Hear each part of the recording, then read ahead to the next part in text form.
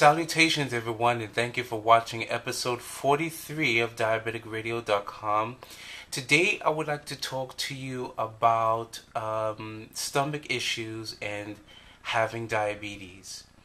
This is one subject that also seems to be neglected within the diabetic community, and it's something that's very important, a very important topic.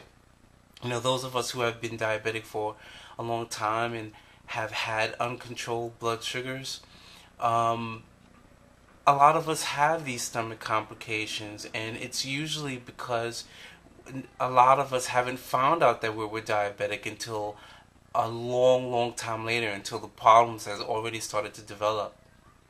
Now, one thing that can happen is neuropathy in the stomach. Now, neuropathy, as we all know, is nerve damage, and we often think of neuropathy in our feet or sometimes in our hands, but in actuality, neuropathy can happen anywhere.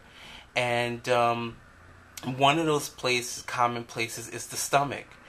And I believe it, although I'm not a doctor, I think that it would be worth researching, studying the link between irritable bowel syndrome and diabetes, which I also have. It's controlled, and for the most part, they're not sure what causes irritable bowel syndrome. There's no technical cure for it other than taking something like Imodium, Cure Peptake, stuff like that. And they say that sometimes it could be caused by stress, it could be caused by food. I know with me, caffeine sets my irritable bowel syndrome off, or just simply IBS. If I have any coffee with caffeine in it, any soda with caffeine in it, or anything with caffeine, it will aggravate my stomach, and I will be in the bathroom all day. Another thing that I've talked about a couple of times on a blog is a gluten intolerance. Now, one thing that's kind of frustrating is that a lot of the times when you have these issues, they can be linked to other conditions. So sometimes a lot of these stuff isn't discovered until later on in life. Now, with gluten intolerance, it's very complex, and I don't think I have enough time to really sit down and talk about everything concerning gluten intolerance. So I'll try to make it as quick and easy to understand as possible. Gluten intolerance, gluten is a protein that's found in wheat. And when someone can't tolerate the gluten in wheat, it causes an autoimmune response. Now, what's complicated about this situation is that you can have a test for antibodies to find out whether you're really gluten intolerant. Sometimes that test will turn out negative, and you can still have a problem with wheat. The other thing is that there's two different issues here. Some people are gluten intolerant. Some people have wheat allergies. Now, it could seem like they're the same, but they're not. A wheat allergy is usually the mere touch of wheat can make your skin break out or something like that, or cause you to have rashes.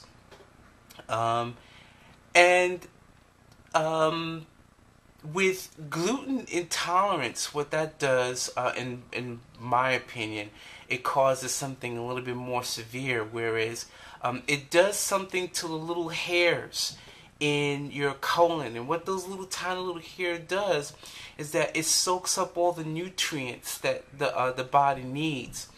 And after a while, when you keep eating gluten and you're intolerant to it, and usually you know by the amount of diarrhea that you get, usually that's a big clue if you have gluten intolerance.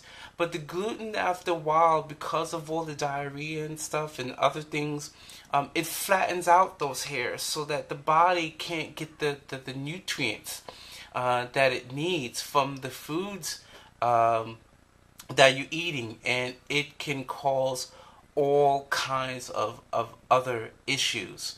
Casein intolerance.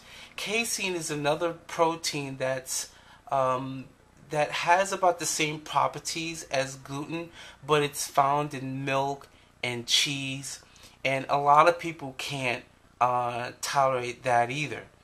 Another thing to look for is lactose, which is a sugar, and a lot of people don't produce enough or no enzyme to help handle.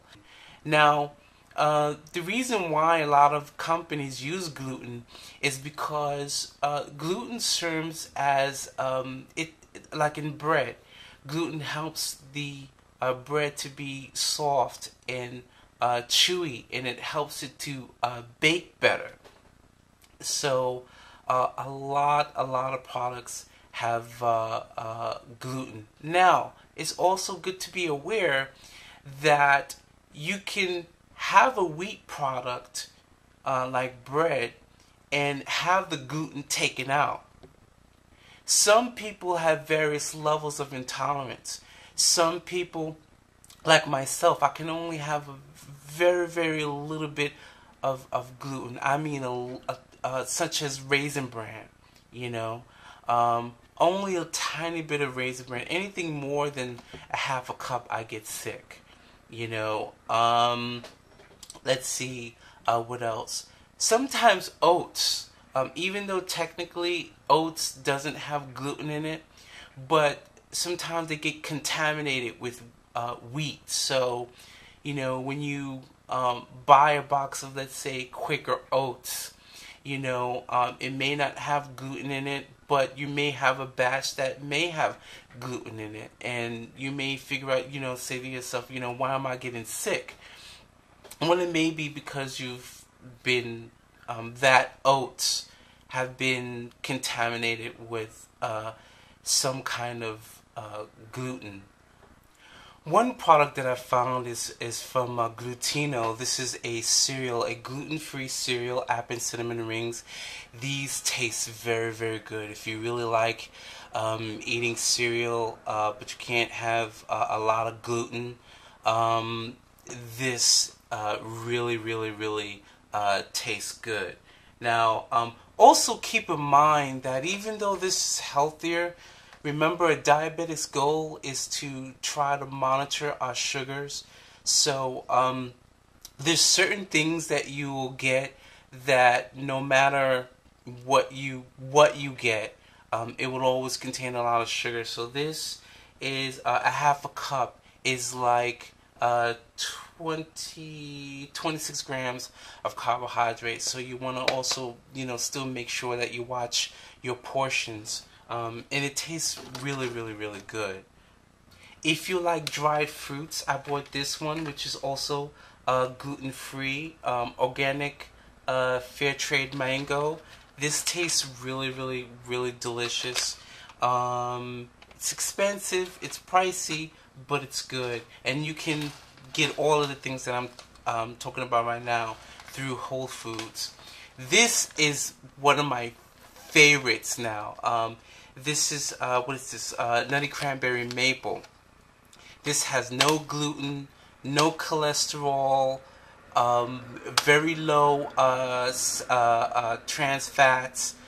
It's like one of the very few things that you will find that has almost free of everything and tastes very good. This is like, you can use it as a cereal, or you can use it to sprinkle on yogurt or something like that, or you can eat it just like this as a treat. It tastes very good, and again, this does have a higher carb content, even though it's healthier. So you may want to watch your portions. It is delicious. Um, I found a lactose-free yogurt, which this is really, really, really good, from Green Valley, also in Whole Foods. Very, very delicious. And I also found a soy yogurt. And you know what's interesting about yogurt is I always thought that I was lactose intolerant. Still do, in a way. The funny thing is that when I drank whole milk, I didn't get sick. But when I ate yogurt, my body seemed to have a problem with it. But when I um, eat something with lactose-free yogurt, I didn't seem to get sick. It's the weirdest thing. I haven't really figured out why is that. From my personal experience, I just want to give you guys an idea of just how bad this can get. One day I just got really sick and I couldn't figure out what it was. I thought it was a stomach virus. I thought, I just didn't know what it was. I went to the doctor, a gastroenterologist. They couldn't find anything. And I was just like, oh my goodness, don't tell me I'm going to go through this whole thing over again with, you don't have diabetes, and you do, and have all these problems again. So, this really, really worried me until I said to myself, this has got to be food related. If it's not viral, if it's not bacterial, this got to be food related. So I had to start going through my process of elimination. I stopped eating eggs. I stopped eating, bacon. That didn't work. And you'll never guess what I found out what it was. Well, almost every morning I used to eat a piece of delicious cornbread from this restaurant, and it was so good. And in my mind, I just couldn't wrap my head around the fact that a little piece of cornbread would have got me so sick that it put me out of commission, for a little bit. But when I stopped eating that little piece of cornbread, my symptoms went away in about a day and a half. My body went back to normal. So, listen to your body. Your body gives you all kinds of signals that something is wrong. Listen to them. When something is going on with your stomach, figure out, well, is it stress? Is it something that I ate? And the also frustrating thing about food intolerances is that sometimes you can eat something and your body doesn't react to it until like 2 days later. So sometimes you think it's one thing and it's not, it's something else. So really, it's when you have gluten intolerances, it's so difficult because sometimes you'll eat something that has gluten and you don't get a reaction, and then there's other things that you have gluten and you get a major reaction. And the only thing that I can think of is the level of gluten that is contained in whatever it is that you're eating. And it's the same thing with lactose. Blew my mind how I can drink milk, but yet well, at least not a lot of milk, but I could drink a little bit of milk and nothing will happen. I can eat ice cream. Certain brands of ice cream I can eat without a problem. But there's other brands of ice cream that I can't eat that contain gluten. Yeah, some ice creams contain gluten. Some salad dressings have gluten in them. A whole bunch of products have gluten in them. It's always a good idea to start reading labels and being aware of your body so that your whole life isn't disrupted from eating food that your body's trying to tell you you can't tolerate. I hope this helps you out, and I look forward to creating my next video. Thanks. Bye.